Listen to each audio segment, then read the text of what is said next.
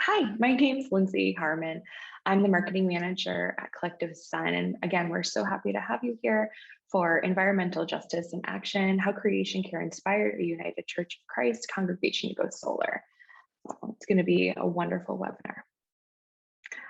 Thanks to our wonderful speakers. So we have Barbara Donahue, who's a congregant of Newtown Congregational Church in Newtown, Connecticut. She's also a member of the Solar Committee. We have Matt Brennan, CollectiveSun's Vice President of Sales, and of course, Spencer Fields, who's Manager, Market Strategy and Intelligence at Energy Sage. So a really great group. Our agenda today is pretty quick to the point, but we do have a very special message from the United Church of Christ Environmental Justice Ministries Minister, Reverend Brooks Burnt, who has a special message for us that we'll be sharing shortly regarding solar and creation care and environmental justice. So after that, we will be learning more about Energy Sage and how they can help our organizations go solar, as well as how CollectiveSun can do the same. And then after that, we'll be going into the Newtown Congregational Church's solar story, learn about their mission, what got them excited about solar, and where they are now. So at the end of the webinar, we will have a questions and discussion opportunity, but we do encourage you to please submit questions as the webinar goes. We will try to get to them as we're going. If not, we will be sure to address anything that you have at the end. So, and if anything isn't addressed, we will definitely be following up with everybody if there's anything we need to get to. So thank you. Next up, we're going to dive into who Energy Sage is. So Energy Sage, if you wouldn't mind jumping in, Spencer, here you go. Sure thing. Thanks so much, Lindsay. Hey, everybody. Thanks so much for joining us today. My name is Spencer Fields. I am the Manager of Market Strategy and Intelligence at Energy Sage, which is just sort of a startup-y way of saying that I wear many hats. One of the hats that I wear and that I'm excited to talk to you guys about briefly today is that I help our commercial properties and nonprofit properties like houses of worship to go solar through Energy Sage, through the Energy Sage marketplace. We are, if you are unfamiliar with Energy Sage, we are the nation's largest online marketplace for solar comparison shopping. What that means is that we provide educational resources and tools for people who are interested in researching and learning about solar. So online content, an easy to use solar calculator, and an online, easy to access comparison shopping platform, both for comparing quotes as well as for comparing individual pieces of solar equipment. So solar panels, inverters, batteries, things like that. And as you can see on this slide, our primary mission is to make solar more accessible and more affordable and to help people make smarter energy decisions. So if you go to the next slide, please, Lindsay.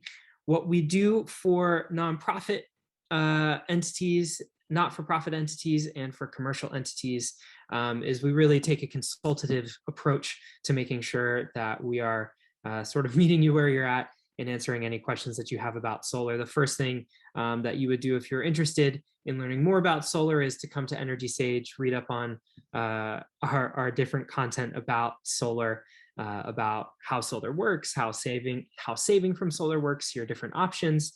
From there, all you have to do is share info once with us about your energy usage information, about the number of electric meters you have, all of the sort of stuff that a solar installer would ask if and when they came to your site.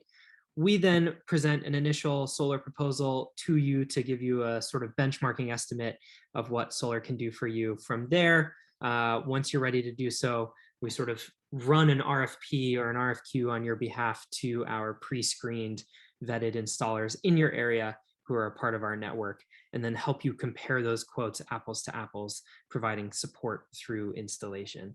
It's a pretty simple process, and really our goal is to make sure that you are making the solar decision and solar plus storage decision that's right for you and your organization's needs. Really excited about the rest of this webinar, and I think with that I can hand it back off to CollectiveSun. Thanks, Spencer, for the intro. And just for everybody on the call, Energy Sage, helps residential homeowners, nonprofits, commercial,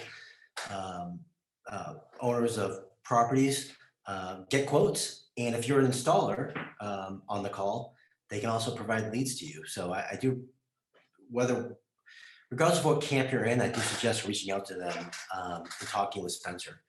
So I'd like to talk a little bit about CollectiveSun, and I'm going to spend just a few minutes, very high level overview of what we do, how we work with nonprofits across the country.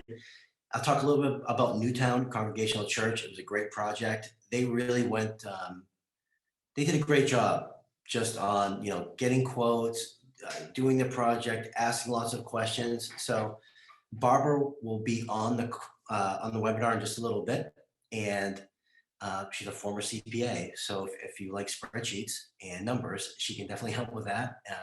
I know she'll be happy to share her experience too.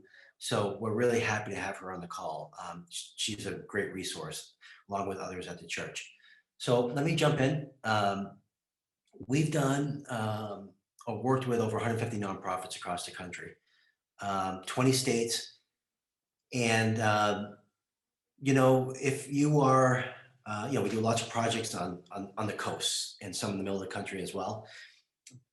What it boils down to for CollectiveSun, where we work, it's really up to the utility. So if you're wondering, like, can CollectiveSun help your nonprofit? The answer is, as long as the utility allows leases and power purchase agreements for solar projects. If they do, we can work there. And that's really, so when we enter into a new market, that's the question we ask. Do we have favorable policy, solar policy for solar at your utility? And many utilities do, but that's the only question we really have to ask. So if you are in a market that we haven't worked in yet, just reach out and we'll find out if we can help you. Lindsay, if you want to move to the next slide. So at a very high level, CollectiveSun solves the tax problem. Nonprofits, whether they're a community of faith, a church, a synagogue, a temple, or if they're a YMCA or a Salvation Army, or even an HOA, they don't have a tax appetite, right? They're tax exempt by nature. So the solar tax credit doesn't help them go solar, and that's really the problem that we solve. So again, we're solving a tax problem. The government incentivizes solar through the tax code. And what we do is essentially a prepaid service contract or a prepaid lease. Let me explain a little bit what that is. We share the tax credit with our nonprofits. At a very high level, all the nonprofit clients that we work with get a minimum 12% discount. Larger systems get a slightly bigger discount, 12% to 16%. So let's say, for example, you have $1 million system, or you would get typically a 15% discount on $1 million system. If it's a $250,000 system, you get a 12% discount. So somewhere in between there is where the nonprofit discount lies. So we basically prepay a lease, and it's a 20-year agreement. It's paid for upfront. We have many different ways of finding that money, so it's not many times it's not out of pocket for our nonprofits. They're borrowing the money to prepay this lease for 20 years. At the end of the 6th year, we offer a early termination or an early buyout. So ownership transitions back to the nonprofit for $0. So they get at least a 12% discount up front. They prepaid a lease for 20 years. At the end of the 6 years, early termination, and they get the ownership of the asset back at no cost. Meanwhile, CollectiveSun and our investors own the system. We operate it, we maintain it, and we offer a production guarantee. So the nonprofit is really the second owner, not the first owner. And why do we do that? So that we can pass through a discount by capturing some of the benefits from the tax credit. The nonprofit gets at least a 12% discount. They don't have the burden of ownership. We have all that responsibility. Again, we own it, we maintain it, and we have a production guarantee. And that is the basic, our basic offer. And again, we worked all across the country, over 150 projects in about 20 states. And if Lindsay, you want to move to the next slide. So I mentioned this 12% discount, a minimum 12% discount. That leaves the nonprofit to raise that 88%. Some nonprofits have cash reserves, not all, obviously. So if you're in a position where you don't have that 88% in cash reserves, we have quite a few avenues to go down to raise that 88%. Some are very obvious, right? Donations, for example, and again, cash reserves. But we've had quite a bit of success with using PACE loans across the country. If you're not familiar with PACE, that's a loan that's assessed on your property tax bill. And if you're a nonprofit, you may say, well, we don't pay property tax. That may be true, but typically you're still on the property tax rolls, so to speak. So you get a bill, but it just happens to be $0. So C-PACE loans still can work. And we've done quite a few projects using C-PACE, but there are others that you may not have explored or be aware of. For example, mission-aligned lenders. For example, we've done projects with Thrive It. They lend money to communities of faith. They are mission aligned with churches and churches, synagogues, and many communities of faith. And that's a great, lenders like Thrive It are great lenders to reach out to, and we can make introductions. We don't earn any fees from on the lending side of things. Our prepaid service contract or prepaid leases, how we earn our fees. So we're more than happy to make introductions to lenders. And of course, there are traditional lenders. We've worked with Bank West and others. They can lend money for these kinds of projects. So if you're thinking about solar, obviously talk to lenders that you've done projects with in the past. It can be a great way to go solar. A couple of last ones that may not be on your radar is crowd lending, borrowing money from your community. We've done this for a number of projects. There's a lot of good things when you borrow money from your own community. First of all, generally you get favorable rates, right? Typically the interest rates are very low, very favorable terms, and we can help structure that loan. If you're a nonprofit and you're thinking about borrowing money from your community, we can help with that. We're structuring that, and we've done that with a number of projects. And the last thing is raising money from impact investors. We're currently working with a family foundation. We've deployed over $5 million in projects. That's more in the way. We're working with a family foundation that's philanthropic investing. So if family foundations or philanthropy is on your radar, we'd love to talk with you about that and help bring all this together so that we could help structure that loan. And we're seeing a lot of success in that area. And Lindsay, if you want to jump to the next slide.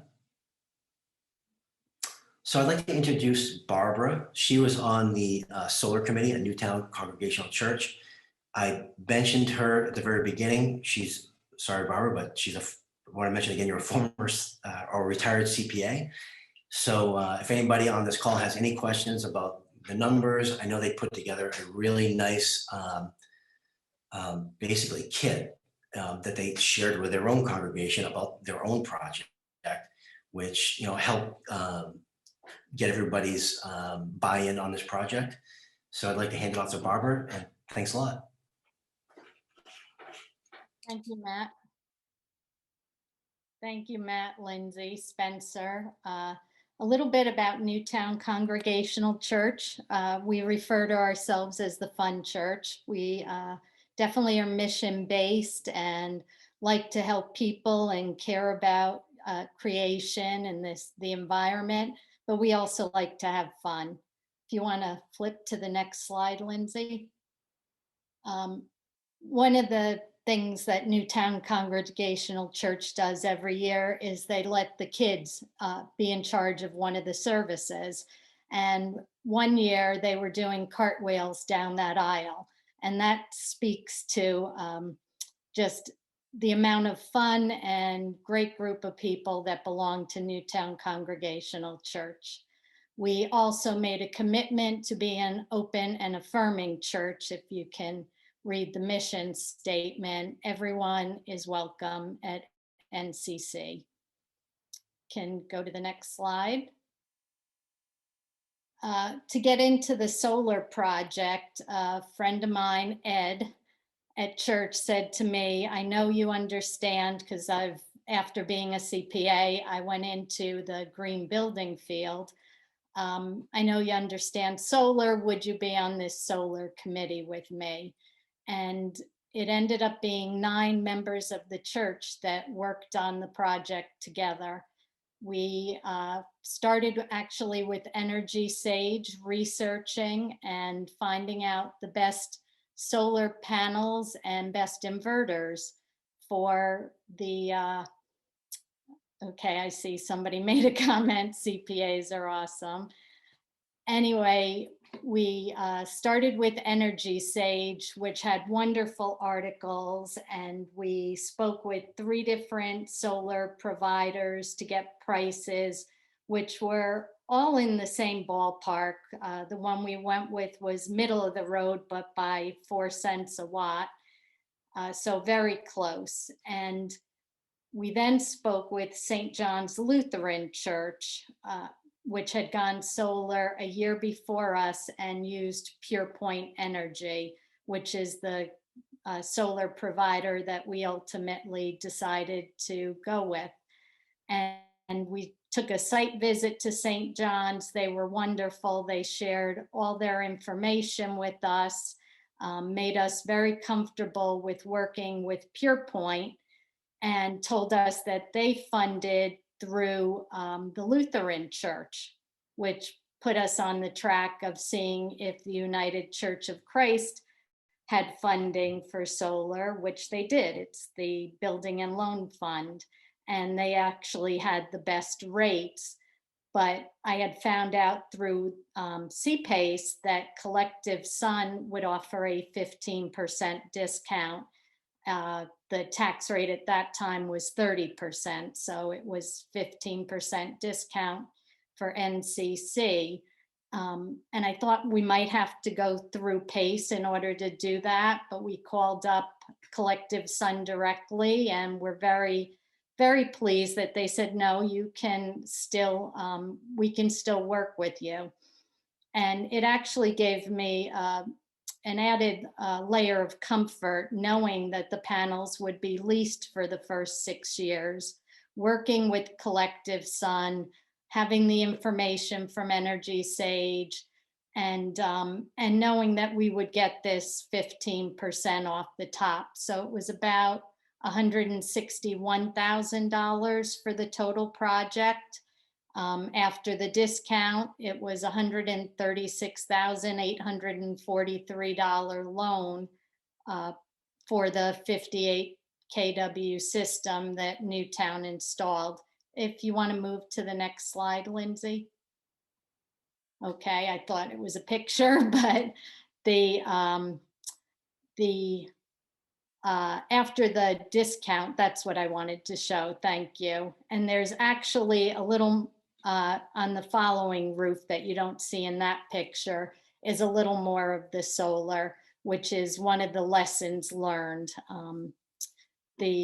But to get back to the numbers first, the $136,000 loan, I told the congregation churches are known to take the cheapest route. And I made it very clear that that would not be in our best interest, because you actually get paid from the utility company. It's either called a ZREC or an SREC. In Connecticut, it's an SREC. You get paid based on the amount of energy that you generate. So it's in your best interest. And in 2018, when we were researching this, we went live August 22nd, 2019.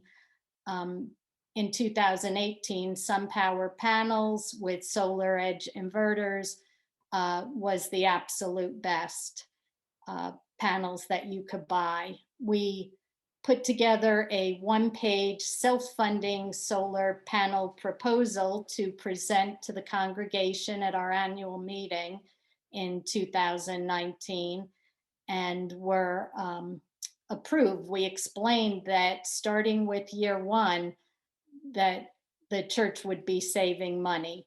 I was conservative and backed the numbers down, and we presented that we would save $2,451 in the first year. Our actual first full year, we saved $8,499. It's estimated we're getting just under $7,000. I think it was $6,951 in SREC payments. If you add up the SREC payments for 15 years, it'll be a little over $100,000. And you take that off the $136,000 loan, it's less than a 5-year payback. The CollectiveSun had guaranteed that we would generate 71,765 kilowatt hours for the year. And our first full year, 2020, we generated 76,075 kilowatt hours. So the panels are working well. The financials are definitely working well. And does anybody have any questions for me at this point? You can move to the next slide if you want. Here's some information about the acres of forest, 1,464 that were saved by Newtown going with solar. The greenhouse gas emissions from 260 vehicles removed, and 50,854 tons of waste recycled instead of landfilled. They also, Newtown has made the Solar Edge monitoring system public. Anybody can go on and see how well the church is doing it. And on that website, it says that NCC has saved 223,384 pounds of CO2 and planted 1,688 trees since August 22nd, 2019. Barbara, if you don't mind, what I'd like to do is go through some Q&A real quick. And some of them are kind of specific for CollectiveSun. So I think I can answer those. And there are some here for you that you can best answer. People have questions about where we work. Someone asked about Texas. Yes, we worked in Texas. I'll check on Minnesota. Somebody asked on Minnesota. Let me check on Minnesota. But again, it's just a matter of whether or not the utility allows us to operate there. Someone asked whether or not if PPAs, power purchase agreements, are allowed at the utility, does that mean that we can operate there? The answer is yes. And we do work in Minnesota, by the way. If your utility allows PPAs or leases, we absolutely can operate there. So we're kind of jumping right into the Q&A. So Barbara, there's a question here for you to please explain how you got the 4.5-year payback. And I know that the ZRECs were part of that. Like we talked about that yesterday. Connecticut has, a fantastic ZREC program that's a rebate from the state. So if you're in Connecticut, you absolutely should look into this. It's one of the better programs in the country. So Barbara, if you could just talk a little bit about that, that would be great. The ZRECs are based on the amount of energy that you generate, and there is a cap to it. And it's we're getting $100 and change per kilowatt. So they capped it at 69. So the 69.51 is our max. We will get that. That's per year. for 15 years. It does take the utility company a bit of time to get started with the ZRECs. So if they say that, like, our first full year didn't start August 22nd. So what happens is the ZREC will start for the period of time. If you're August, it will be looking at September through December 31st. And then that quarter won't get paid until April 1st. So it takes a good 6-7 months before you start getting ZREC or SREC payments. But those payments then are quarterly, and they're for 15 years, which pretty much lines up with your 15-year loan. We went through the United Church of Christ Building and Loan Fund. They had the most favorable rate. They also didn't charge closing costs like a lot of other lenders. So if you take your 6951 times 15 years, it's a little over 100,000, 104,000.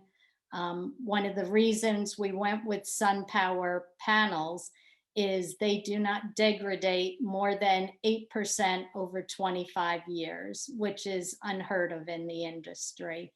And they're guaranteed not to.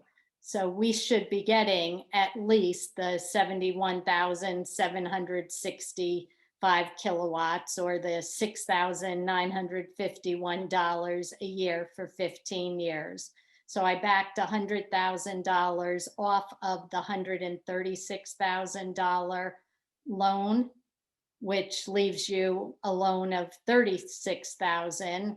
Your net would be $36,000, and we saved $8,500 the first full year.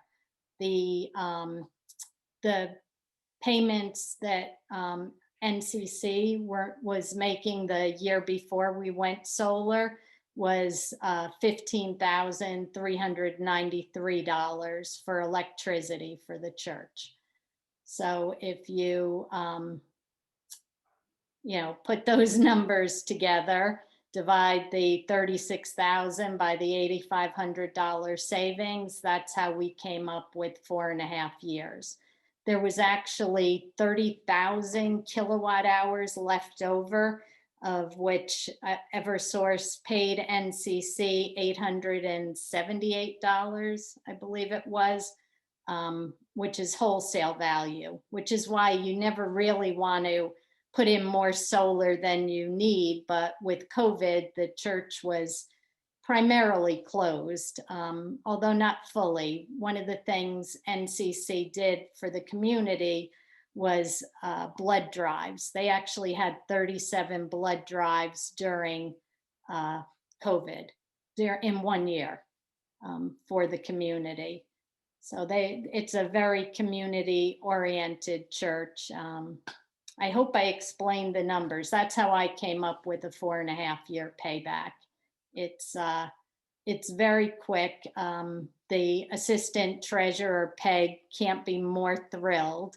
The $878 covers the minimum payment.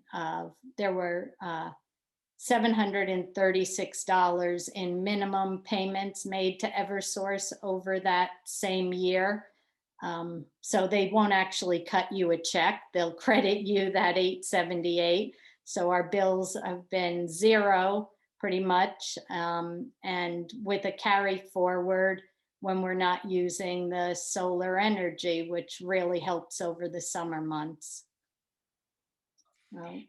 Thanks for that, Barbara. And I know that you have some supporting material on that when we talked recently, that you said that you'd be happy to talk with others about and possibly even share. Basically what you're describing is a simple payback, right, of the system. Doesn't necessarily account for the time value of money and those kinds of things. But I think, that definitely answered the question in my mind. But if anybody has any questions on that, feel free to reach out to any of us. And again, I know you mentioned something that I liked, which was a one-pager you put together called the Self-Funding Solar Panel Proposal, which I thought was a great name.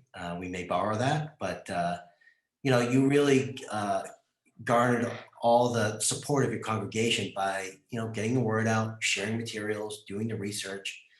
And actually, Spencer, if you want to kind of jump in here, I want to include you in this because I think one of the most interesting things after the project is done is kind of learning from the experience from the folks who did these at their nonprofit. And one question came up specifically was, Cynthia asked, you mentioned lessons learned. Can you revisit these topics? So Spencer, I think you probably can talk about this too, because you've seen lots of different proposals coming in, right? You're helping nonprofits get proposals from contractors. But to start with Barbara, could you just, we talked about recently, just share some of the lessons learned, and just to kick it off, when did you actually start this project? I don't mean construction, but when did you form the committee? When did you start talking about it with others? Was it 6 months ago? Was it 10 years ago? When did this start? No, once Ed gets something in his mind, it gets done. He gets people together and we started, I'd say it probably took 9 months of pretty active work and meetings, site visits, phone calls. We talked to a UCC church in Minnesota that had gone solar. We talked to a farm in Connecticut, a lumber company, as well as a site visit. As far as lessons learned, there were definitely some lessons that were learned, and I am very willing to share all of our information with anybody that gets in touch with us. Our minister is very supportive of Newtown really helping anybody else that wants to go solar. So we will share. I have a write-up of lessons learned. I'd say one of the big things is we were already in the contract stage, and the fire department the fire marshal decided that you cannot have panels edge to edge of your roof. And so we had already contracted for 162 panels, and they would not let us put 162 panels on the two roofs. They wanted room around the edge in case the fire department ever needs to get up on the roof. So you didn't see it in the picture, but there's a roof further down that was an addition. So not that little roof right there, but beyond that is another roof, which was an addition to the original church. And that roof has the extra panels that we needed to put on there in order to have 162 panels, which would give us 95% of our usage. Some other lessons learned were the fact that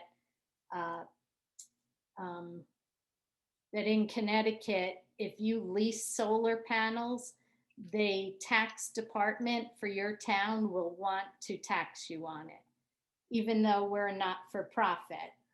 Newtown, I wouldn't say it took convincing, but they were adamant that, well, they were going to charge CollectiveSun the property tax assessment. And in the 20-page contract from CollectiveSun, it says if that happens, that you then need to, it will get passed on from CollectiveSun to Newtown Congregational Church. We did some more homework, found out from the state that there is a one-page filing that gets submitted year one, that gets filled out by CollectiveSun, that says, this is a solar lease, but that you're exempt from it because you are not for profit. So CollectiveSun filled that out, as well as there's I believe it's an 8 or 10 page property tax assessment booklet that they send out every October to all businesses. And CollectiveSun has to fill out like 3 or 4 lines out of that whole thing and sign it. And this way you won't get charged property taxes. It's relying on somebody else, but this will be our 3rd October. CollectiveSun, last 2 years, 2 years ago, CollectiveSun filled out the exemption form and filled out the property tax assessment.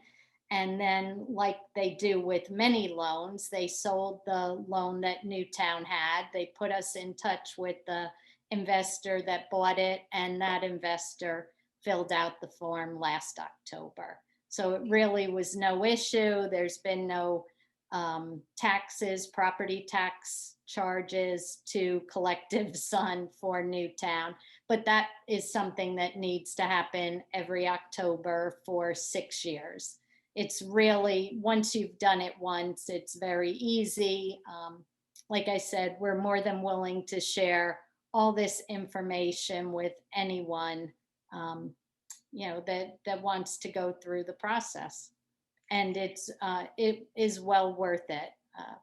The self-funding solar panel proposal, we gave a little bit of background, like that we were looking at 162 panels, got right into the financial part because that's a big concern to most churches, synagogues, any not-for-profit organization, is what is this going to cost? And it's a self-funding project. It does not cost the church anything. They've actually saved money. So that was easier to sell, although there were some people that were skeptical, but they are very happy and pleasantly surprised that it is working so well. Thanks, Barbara. And that self-funding solar panel proposal is something that Newtown Church did themselves, to distribute to their congregation. So they basically put together, they kind of have a playbook for doing this. And Barbara, you also actually, let me just mention one thing. Barbara mentioned, that we had this role with the property tax and filling out a form that was, from the 18th century. I remember seeing it, and there were all these different, if you happen to be a tobacco farmer in Connecticut or something like that, all these old exclusions and things like that. But anyway, every year we have to do these things for certain jurisdictions. So when you work across the country, these things come up. So sometimes we have to do a little bit extra. And in the case of Newtown, we just have to fill out some paperwork every year, and it's not a problem. So we're happy to do that. But Barbara, you mentioned 9 months was a time frame internally that you had, basically with your committee, right? I mean, was it 9 months talking internally about whether or not you want to do this, or were you getting quotes during that 9-month period? We were definitely getting quotes, researching, talking to different businesses, figuring out the financing, all to be ready for the annual meeting, knowing that in order to do this, we would have to present to the entire congregation. And there were 9 of us, all different ages and all different people who knew different people at church. And the 9 of us worked on this together to convince everybody else that this really was a smart thing to do. I think that's a pretty good timeline. Doing these projects with lots of nonprofits. If you're a nonprofit thinking about how long this takes, we would like it to happen overnight. We realize that's, timeframes for small commercial systems take a while, whether you're, a small business or a nonprofit. It takes some time because you need to get other people on board. But 9 months is I think that's a pretty good number. Like, if you start the process today and 9 months later, you're ready to move forward, I think that's, I would be pretty happy with that. And, one thing to consider, and I'll bring Spencer in on this, is that if you are thinking about doing this, permitting across the country has changed in the last year with COVID, year and a half.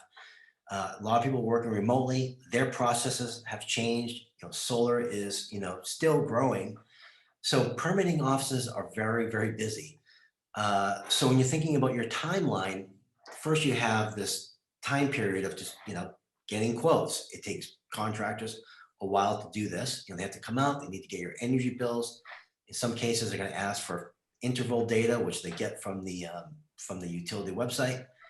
It takes them a little while to do all this analysis, but the permitting can take, we happen to be based we have an office in San Diego. It takes 6 months to get a permit. Other jurisdictions are faster. So just consider that, if you're on the call and thinking about doing these projects, permitting can take a while. And Spencer, what are you seeing out there as far as timelines?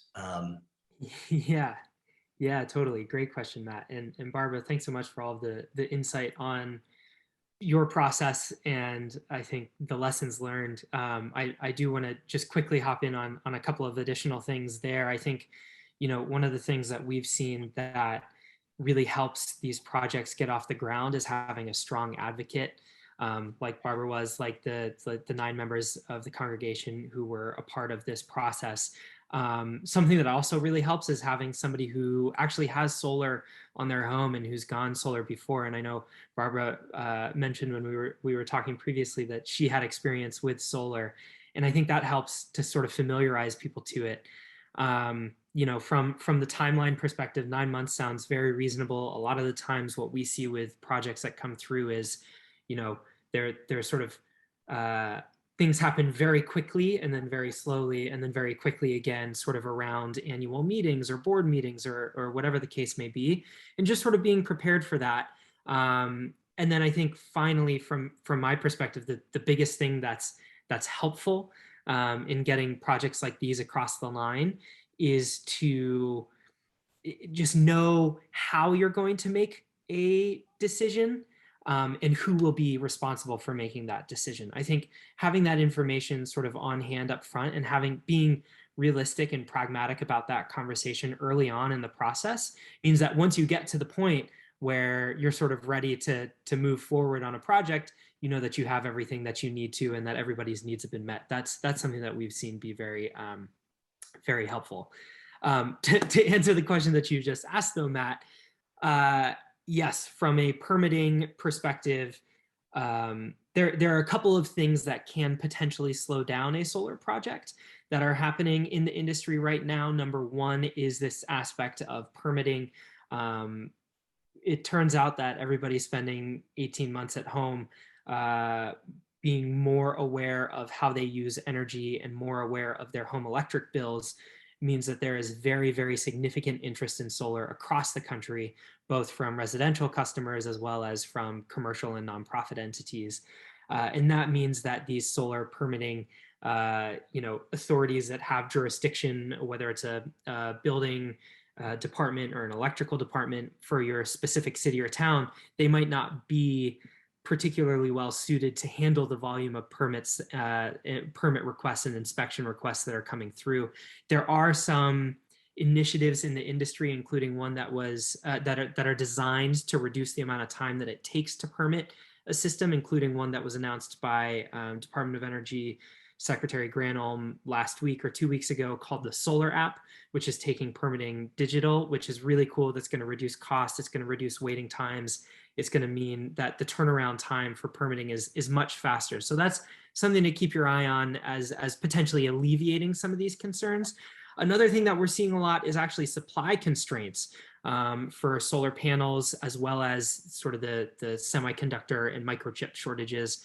Those are things that impact the availability of solar supply. So we see most of our residential installers are saying, if you sign a contract today, you're probably 3 or 4 months away from an installation date, just in terms of how backed up they are at the moment, due to increased demand, the amount of time that it takes to permit, and those supply constraints. So 3 to 4 months for a residential property. On a commercial property, a larger scale property, whether that's a nonprofit entity like a house of worship or a school or a small to mid-sized business, we're seeing it's actually more like 5 or 6 months of sort of lead time. So just something to be aware of if you are considering getting started on your solar project. And I did see somebody asked, what are the next steps to go from here if you're interested in getting a project going. I think one of the easiest things is you're certainly welcome to just email me, spencer@energysage.com. It's there on the slide, and we can get started from there. But that's probably the easiest way to get started. Did you want me to take the last question about CollectiveSun? Which one is that, Barbara? What role did CollectiveSun play in coordinating the financing for this project? CollectiveSun did not. I was unaware actually that CollectiveSun would do that. So it's nice to hear that you guys do help with that. We took it upon ourselves to talked to the United Church of Christ Building and Loan Fund. We talked to a local savings bank. We talked to CPACE. We talked to Greenworks, which is a national CPACE program. And just like St. John's Lutheran, we ended up that the church financing through the church was the best option, the most economical option. So we filled out a very, very long, very odd, the oddest loan application I have ever filled out. Basically, they're trying to make sure that your church is going to be around.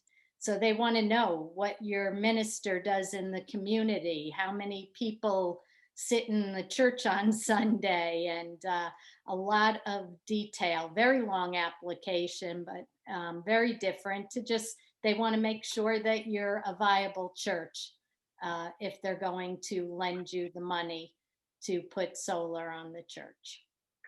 So. Yeah, I mean, our primary role is with this, monetizing the tax credits, right? So we're lowering the price of solar for nonprofits. Again, we'll make introductions to lenders. We have some great partners, but a lot of times, like in Barbara's case in her church, they went and they did that on their own.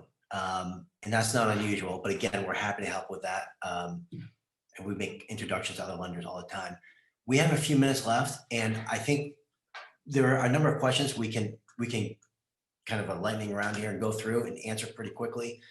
So if everyone, Spencer and Barbara, if you don't mind, I'll go through these real quick. I think a couple of them will be answered better by you, so I'll just reach out to you as I come across them. So I'm just going to go through them real quick here. I'm not going to really, some of these I think we answered. Do you work in Wisconsin? Depends on the utility. Please call me. We've talked to We Energy, there's some background there, but yes, we can work in Wisconsin in certain areas. Are you only able to generate a set number of kilowatts from your power company? The answer to that question is, first, we can help you with that, and certainly EnergySage can too. The utility usually doesn't limit how big the system is, typically. Now, nobody really oversizes a system, right? You don't build more energy, more power. You don't build a system that produces more power than you need. That doesn't typically happen. COVID changed that, so some people were overproducing because buildings were occupied. That's different. But typically you don't, because when you overproduce, in many cases they credit you at a wholesale rate. So you're really sizing the system correctly to offset your energy. Now, if there's future energy use, an increase in energy use that's going to happen, sure. If you're going to put in carports with car chargers rather, then yeah, you may want to account for that, but you generally size the system to the load at your building. There's a question about SRECs, specifically about SRECs. They're called ZRECs in Connecticut, but SRECs in other parts of the country. A couple of things you can do on that. Feel free to reach out to me. EnergySage has a ton of resources on their website. Lots of times when you search Google for a generic, question about solar, EnergySage's website comes up organically. Barbara can also, you've offered to help people. You can reach out to Barbara about the ZREC program in Connecticut. They'll be happy to help you with that. Installed question about Texas, hailstorms. You know, hail generally isn't a problem. You know, these are the glass on the solar panels is pretty strong. It's kind of like a windshield. Sure, a large size hail would could crack a solar panel. It'll still produce energy. If it were to impact production, if we're involved, we own the system for 6 years, so we have a production guarantee, so you'd be covered there. Generally speaking, though, unless we're talking huge hail, it generally isn't a problem. Across the country, we haven't seen that be an issue. They're all solar panels are certified for hail to handle certain like size of hail sizes. Yeah, it's like golf ball size hail or something. Exactly. Yeah. Okay. But any questions about that from Texas, please reach out. We generally reach out to the manufacturer of the solar panel for that to really, dig into their warranties on that. Ultimately, when we own these systems, as I described, we're coming up at 11 a.m. So I'll go quickly here, but we can work with you on that. How many years is a typical break-even point? It depends. It really just depends on the cost of electricity in your area and the cost of the system. But so I don't want to throw out a number because it does vary quite a bit. But if we can help you with analysis, again, Energy Sage can help you. If you already talk with a contractor, they'll do it. They can do that, no problem. Someone says CPAs are awesome. So that's Barbara, that's for you. I think that's about it. Robert Shield, sorry to mention my name there, but I know you well, and reach out on your question about the payback on this specific system. We can share some numbers. You asked if they were cumulative or not. I think we can handle that with a phone call. I think that's about it. So everybody has our contact information that's up there on the screen. The next steps, really, at some point you have to get quotes, and most nonprofits get a few quotes, get at least 3 quotes. So that's really a starting point. We can help with that. Spencer can help with that with Energy Sage. And Barbara has she's very generous and offered her email address here. She said that she would be happy to answer any questions. So thank you everybody for your time. Barbara, if you want to offer some final thoughts. I was just going to say Connecticut has one of the highest electric rates. Yep. And a very good ZREC, SREC program. So that's why the payback in Connecticut's pretty quick. They've also, since they deregulated many years ago, they keep adding to the delivery charge, which has just gotten outrageous. But the minimum charge, so delivery is also based on your usage. So it really, in Connecticut, going solar makes a lot of sense, really does. And Spencer? Yeah. Just, thanks so much for taking the time to join us today. I think, our goal at Energy Sage is to make this process less intimidating and easier than I think than it would be if you try to just go it alone. We really want to be here to be an advisor and to help provide those educational resources to make solar more accessible to more entities, regardless of whether you go with one of our installers or an installer who's outside of our platform. We just want to make sure that you're making the decision that's well informed and the right decision for you. Thanks, Spencer. Thanks, Barbara and Lindsay. We went over. Thanks, everybody. Yep. It's a little bit past 11, so we will happily be turning off. We'll be ending our call now. Thank you again, everybody, for joining us. We really appreciate it. We'll be following up the next couple minutes with a little survey we'd love your input on. And we'll be following up with that video from Reverend Burksburn. So thank you again to our speakers. We really appreciate your time. And you'll be hearing from us soon. So thank you so much.